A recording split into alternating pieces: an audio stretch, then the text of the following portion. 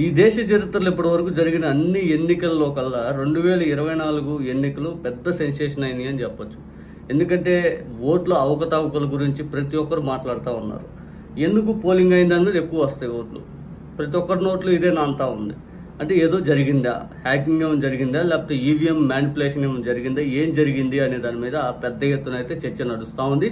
ఎన్నికలు అయిపోయి ఇప్పటికీ 2.5 నెలల పైన అవుతున్నా కూడా ఈ 2.5 నెలల్లో కూడా ప్రతి ఒక్కరిలో కాంగ్రెస్ పార్టీ అధికారికంగా వాళ్ళు ప్రతినిధి ద్వారా మాట్లాడిచ్చారు.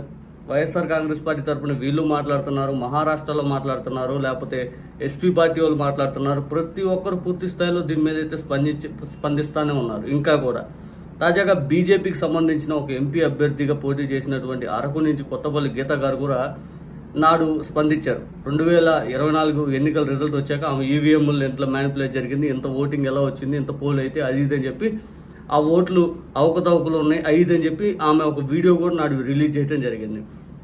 ఇప్పుడు ఆమె హైకోర్టుకి వెళ్ళింది.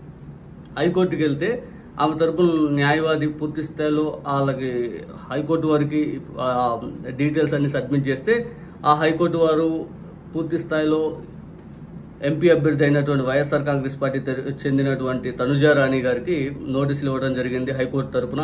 తర్వాత ఎన్నికల రిటర్నింగ్ అధికారికి కూడా నోటీసులు ఇవ్వడం జరిగింది.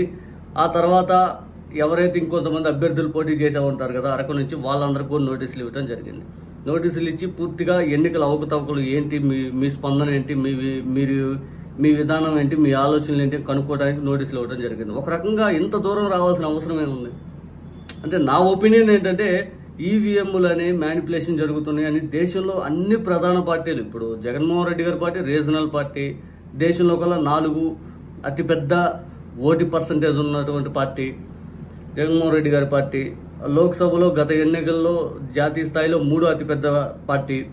ఇంత బలమైన పార్టీని మీరు కన్సిడర్ చేయాలి. పక్కన ఉన్నటువంటి కాంగ్రెస్ పార్టీని తీసుకోండి, వాళ్ళు మాట్లాడుతూ ఉన్నారు. ఎన్నికల కమిషన్ వాళ్ళు అటువంటి వాళ్ళు మాట్లాడినప్పుడు కూడా కన్సిడర్ చేయాలి ఏం జరుగుతుంది అని చెప్పి. ఆల్రెడీ వైఎస్ఆర్ కాంగ్రెస్ పార్టీ తరఫున 2 ఫిర్యాదు చేయడం జరిగింది. మాకు ఎన్నికల్లో ఒక విజయనగరం ఎంపీ గారు అయితేనేమో చంద్రశేఖర్ గారు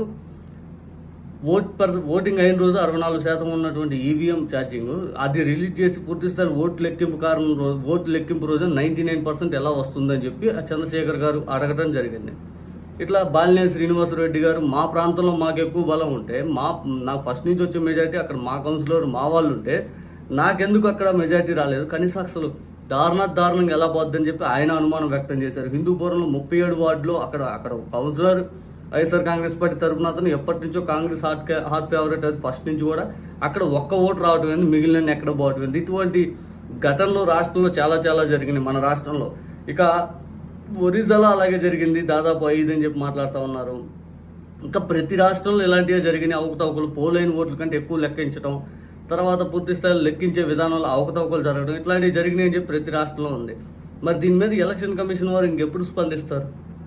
బహుశా రేపు బాలినేని శ్రీనివాసరెడ్డి గారు లెక్కించినా కూడా నాకైతే నా వ్యక్తిగత అభిప్రాయం నాకైతే అది తేలిద్ది అనేది నమ్మకం లేదు. బికాజ్ ఎన్నికల కమిషన్లో ఉన్న వాళ్ళకి అన్నీ తెలుసు, వాళ్ళు ఏం చేయగలుగుతారు చూడాలి. మరి నేను ఆ వ్యవస్థనే తప్పట్టట్లేదు, ఈవీఎంలు మాత్రం తప్పడుతున్నా. ఈవీఎంలు అనేవి కరెక్ట్ కాదు ఈ దేశానికి. ఎందుకంటే వాటిని హ్యాకింగ్ చేయొచ్చు అని చెప్పి సాక్షాత్తు ఎలన్ మాస్క్ చెప్పాడు. ఎలన్ మాస్క్ ఈ దేశంలో టెక్నాలజీ పరంగా ముందుండే వ్యక్తి, ఆర్థికంగా సంపన్నుడు.